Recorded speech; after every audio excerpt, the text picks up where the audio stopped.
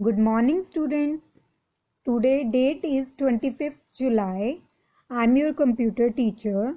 In the last assignment, we have done lesson 4 reading up to the page number 52. And today we will start the reading from page number 53. So students, you have to put your phone in your landscape mode. Okay? Then you can see clearly the picture of page which we are reading. Okay students, so let's start. Calculating loan terms. Some more functions calculating loan terms.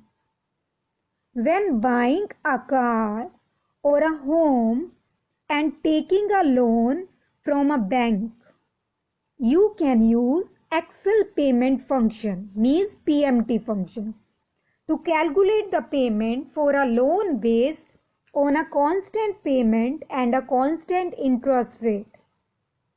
It enables you to compare loan terms and make an objective decision based on factors such as the amount of the monthly payment.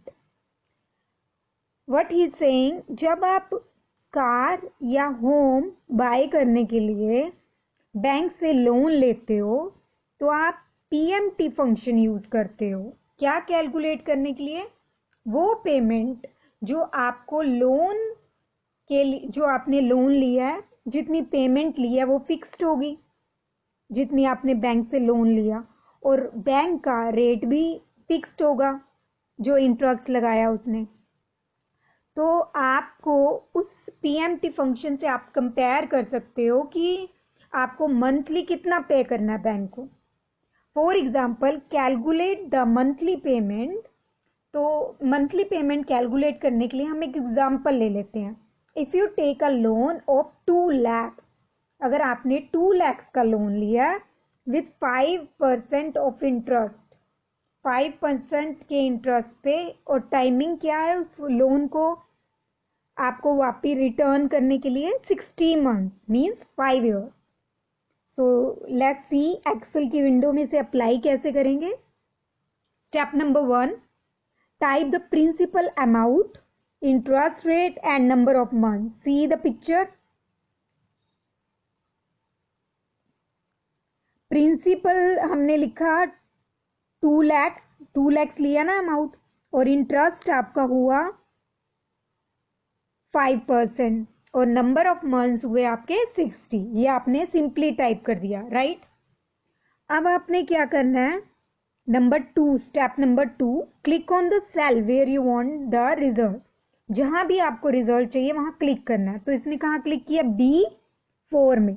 ठीक है, B4 में आपने click कर दिया. अब third number है, जहां 3 लिखा है वहां आपको विजिबल नहीं होगा क्या है, लेकिन अगर आप अपना लैपटॉप पे प्रैक्टिकली करोगे तो वहां विजिबल होगा. इसमें बुक में थोड़ा सा विजिबल नहीं है. Then I will tell you. Okay, so you should apply this method in your laptop, or if you have computer then also. If you haven't then doesn't matter, no problem. आप ऐसे picture से भी सीख सकते हो. Okay, तो 3 number पे लिखा है FX. क्या लिखा है वहां पर? FX. वहां पर आप क्या करेंगे? क्लिक.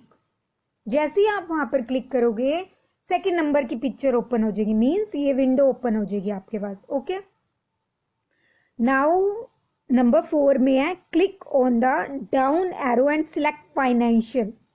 तो 4 नंबर पे ये जो एरो बना हुआ है यहाँ पर क्लिक, यहाँ पर पहले ऑल लिखा होगा आपके पास, ALL. तो आप जब क्लिक करोगे एक लिस्ट ओपन होगी, उसमें से आपको चूज करना है फाइनेंशियल.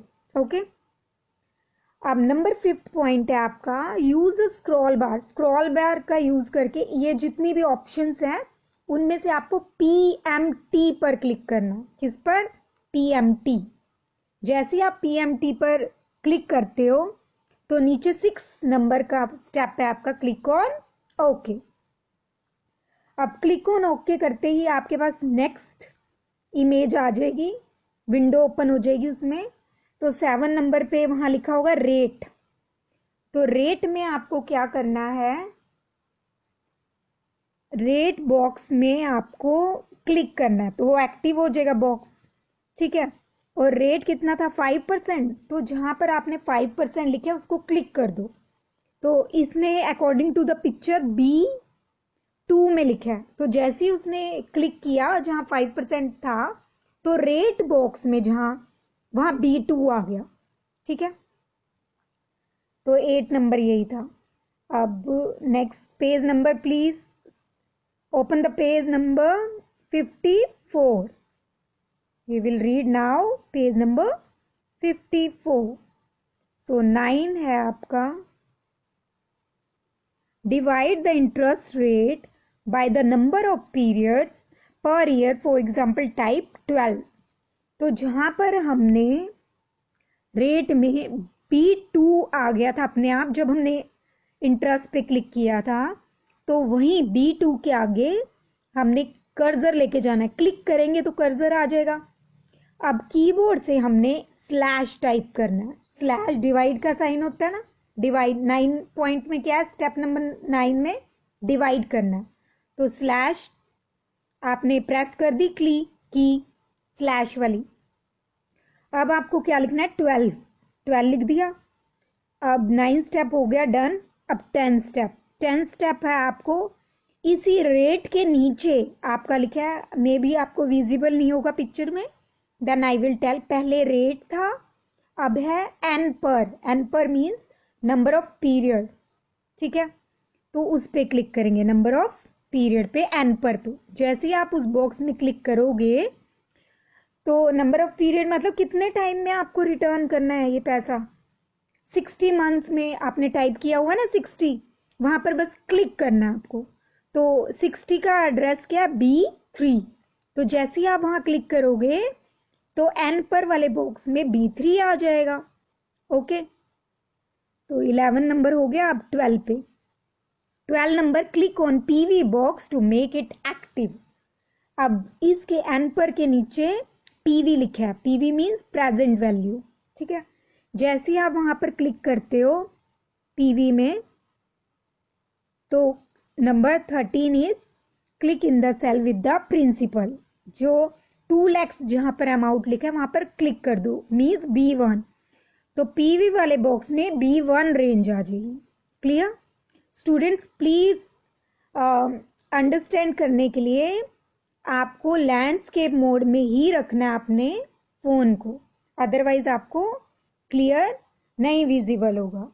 ओके, सो पीवी में प्रिंसिपल वाला अमाउंट डाल के 2 lakhs वाला मीन्स B1 की रेंज आ जाएगी। तो आपने 14 नंबर पे जाना है, स्टेप नंबर 14 है, क्लिक ऑन ओके। ओके, जैसे ही आप क्लिक ऑन ओके करेंगे, क्लिक करेंगे ओके बटन पर, तो आपको रिजल्ट मिल जाएगा। The result appears in the cell, formula bar shows the formula of calculation. तो आपको मिलेगा 3774.25 मीन्स पर मंथ आपको इतना रुपीज देना है। डॉलर क्यों आया, बाय डिफॉल्ट आता है। अगर आपने डॉलर और माइनस को रिमूव करना है तो आपका इस स्क्रीन पे एक नंबर लिखा है, नंबर है ना, नंबर के ऊपर डी, जो डी कॉलम है उसके ऊपर लिखा है नंबर, और नंबर के ऊपर एक कोमा बना हुआ है। जब आप कोमा को क्लिक करते हो माइनस भी रिमूव हो जाएगा और डॉलर भी रिमूव हो जाएगा। ओके, तो यही बोल रहे हैं, Excel consider the value return by the PMT function to be a debit and therefore returns a negative number as the monthly payment. To display the monthly payment as a positive number, begin the function with the negative sign. You do not need to specify a value for every function argument. Some function argument are required to obtain a result, but other are optional.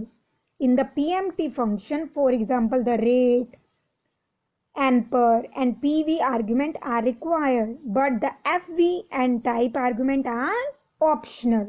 Optional मतलब जो compulsory नहीं होते.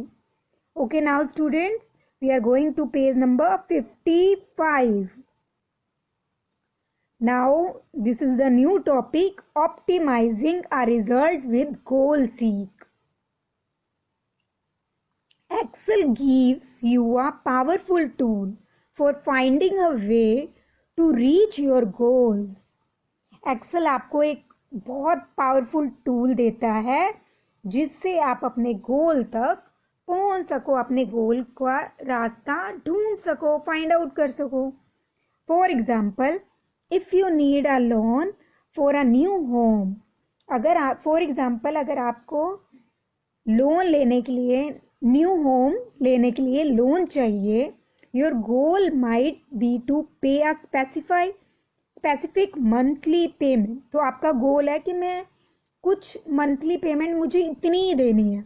Okay, वो आपने पहले से सोचा हुआ है, आपका गोल है. You can use the goal seek feature to show how you can reach your goal by adjusting one of the loan terms such as interest rate or loan amount.